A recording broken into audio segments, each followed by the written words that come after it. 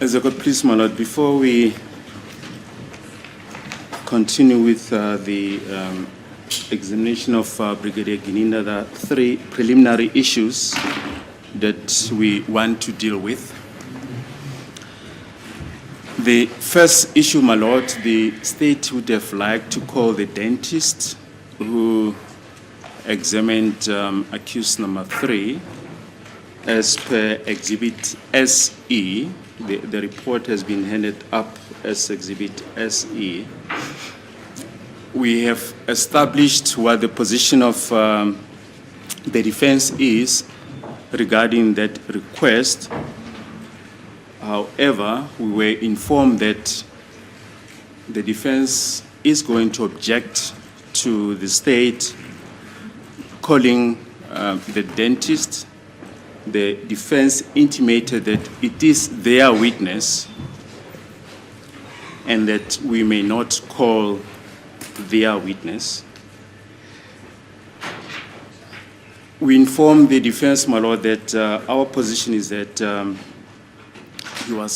accused number 3 was examined by a dentist in public health care at a public health care facility.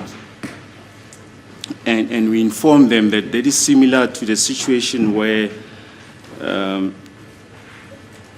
accused is examined by a district surgeon during the course of the proceedings for whatever reason, and that district surgeon will then become a state witness. And as a principle, the state has got a first pick whenever there are a number of witnesses available. The state will have the first opportunity to call those witnesses, and if the state doesn't call those witnesses at the end of the state case, they will be made available to the defense.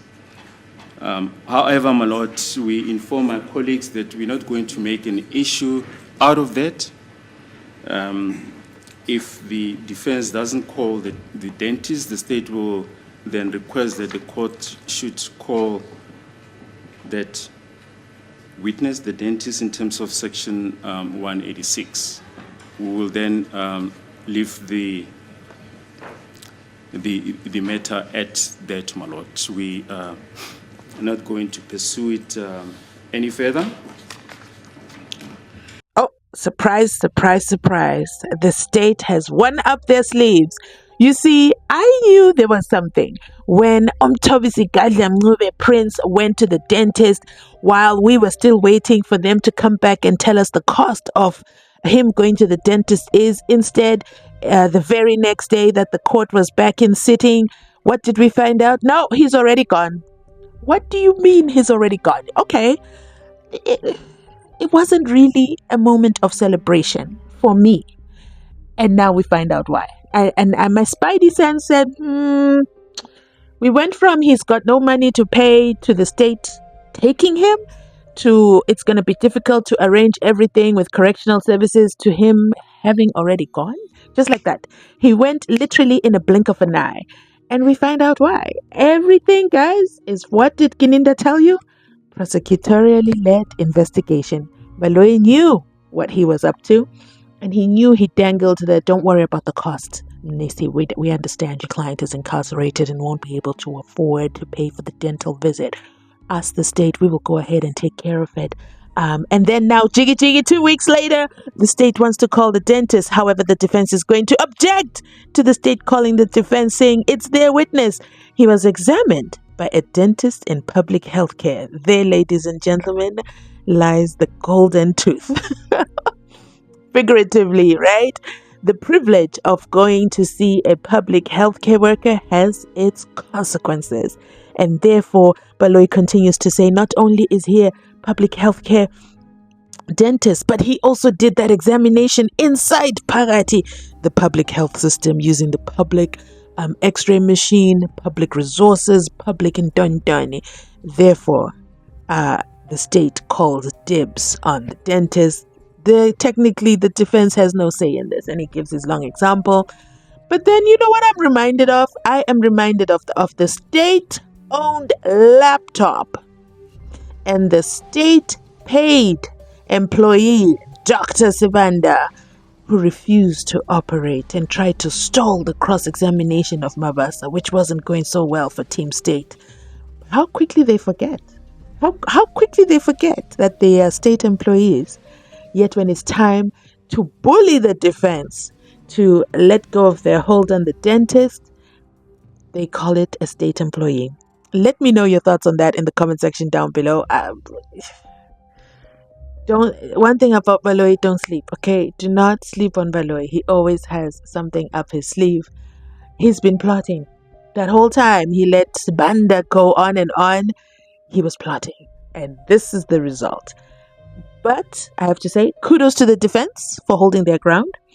Now, if they had this conversation amongst themselves, why is Baloyi bringing it forward to the judge? Because they've resolved it amongst themselves. They've talked amongst themselves, and they've reached a conclusion that the state is not going to make an issue of it, is going to let the defense have him as a witness, and then they are going to call him as a witness if the defense ends up not calling him.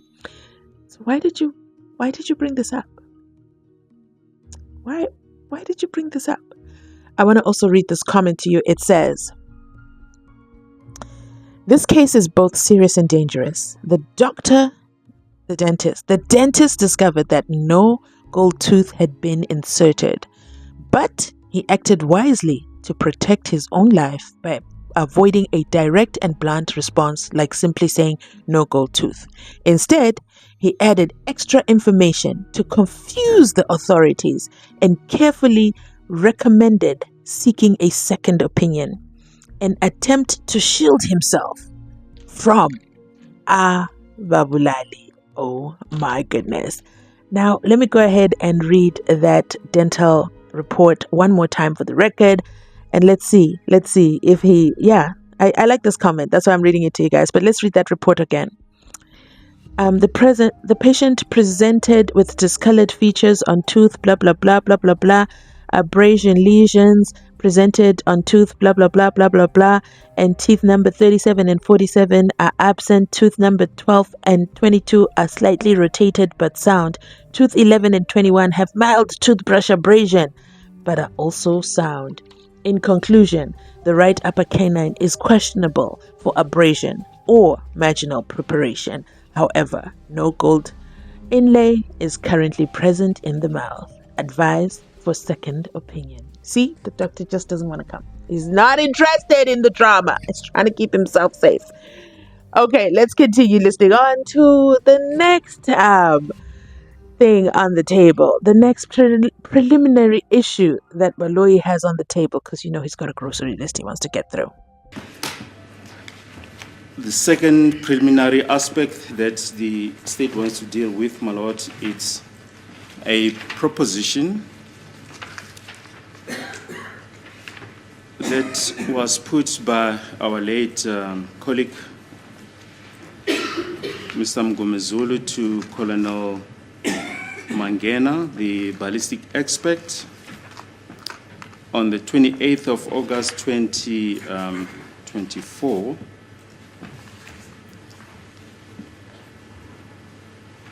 We have on various occasions, my lord, intimated that we would like to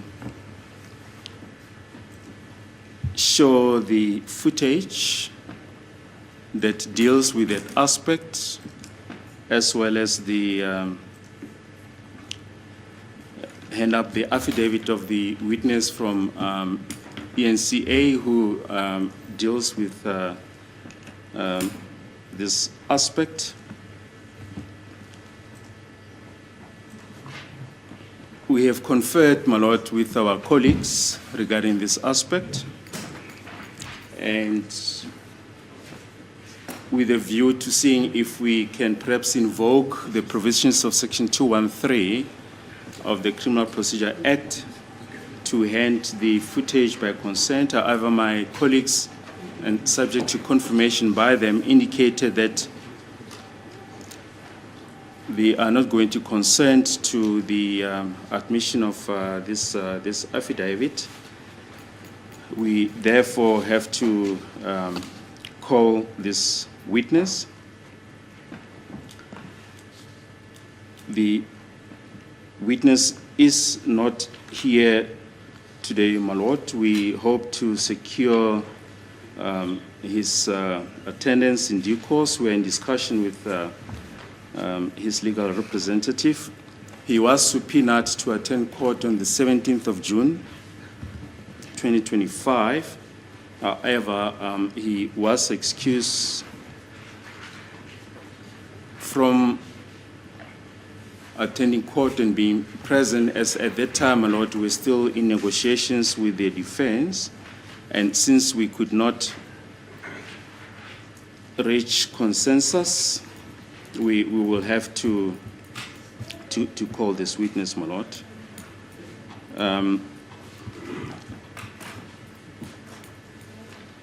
We would like to show the footage today, my lord. And we are going to rely on the provisions of Section 3 of the Hearsay Act. And the reason, my lord, why we want to show the footage at this stage is we would like Brigadier Gininda to comment on the on the footage.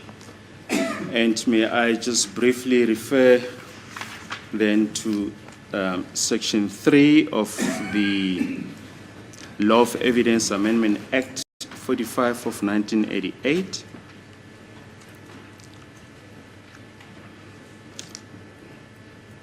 Which provides as follows. Section 3, hearsay evidence, says, subject to the provisions of any other law, hearsay evidence shall not be admitted as evidence at criminal proceedings or civil proceedings unless, and we are going to refer to subsection 3, which is relevant here. It says, hearsay evidence may be provisionally admitted in terms of subsection 1B. And section 1B reads that the person upon whose credibility the probative value of such evidence depends himself testifies at such proceedings.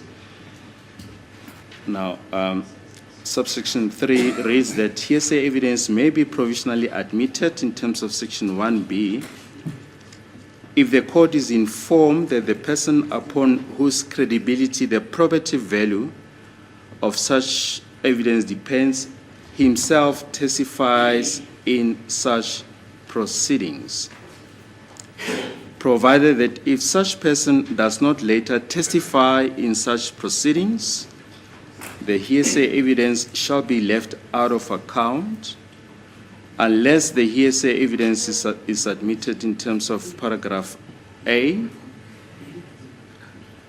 And paragraph A says that each party against whom the evidence is to be adduced agrees to the admission thereof as evidence at such proceedings. Or subsection 1. Subsection 1 basically, my lord, gives the discretion to the court to admit hearsay evidence after having had regard to the nature of the proceedings,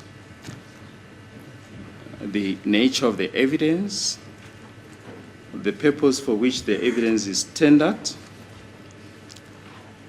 the probative value of the evidence, the reason why evidence is not given by the person upon whose credibility the probative value of such evidence depends, and any prejudice to a party which the admission of such evidence might entail, and lastly, any other factor which should, in the opinion of the court, be taken into account. Now, subsection 4 defines hearsay evidence as follows. Hearsay evidence means evidence, whether oral or in writing, the probative value of which depends upon the credibility of any other person other than the person giving such evidence. Now, my lord, as indicated, would like to show the footage which deals with the proposition that was put by Mr. Mngomezulu. And we see that in the proceedings of the 28th of August, 2024. And my lord, I'm just going to read out the proposition just merely to show relevance, and not for any other purpose, my lord. During the proceedings of the 28th of August 2024, page 11, line 19, Mr. Mngomezulu. All right, let me put this version to you. According to those witnesses that I do not want to disclose at this stage, 3 shots were fired. 1 shot is the one that caused injury to Zandi on her leg. The other shot is the one that Longwe Twala shot himself on the leg while they were struggling for the gun. The third one is the one that shot SENZO MEYIWA, but I'm not mentioning them according to the sequence, how they happened. I mean, all these 3 shots, they caused injury to Zandi. The one was stuck in the ankle of Longwe Twala, and the other one is the one that shot SENZO dead. Then in line 10 on page 12, Mr. Mngomezulu, Longwe, after that incident, that wound became septic and he went to a doctor, the late Dr. Mbatsani, who referred Longwe Twala to Dr. Mudise in Ren Hospital, where a bullet was taken from Longwe's foot. Now, my lord, the purpose of this footage is to deal with this proposition.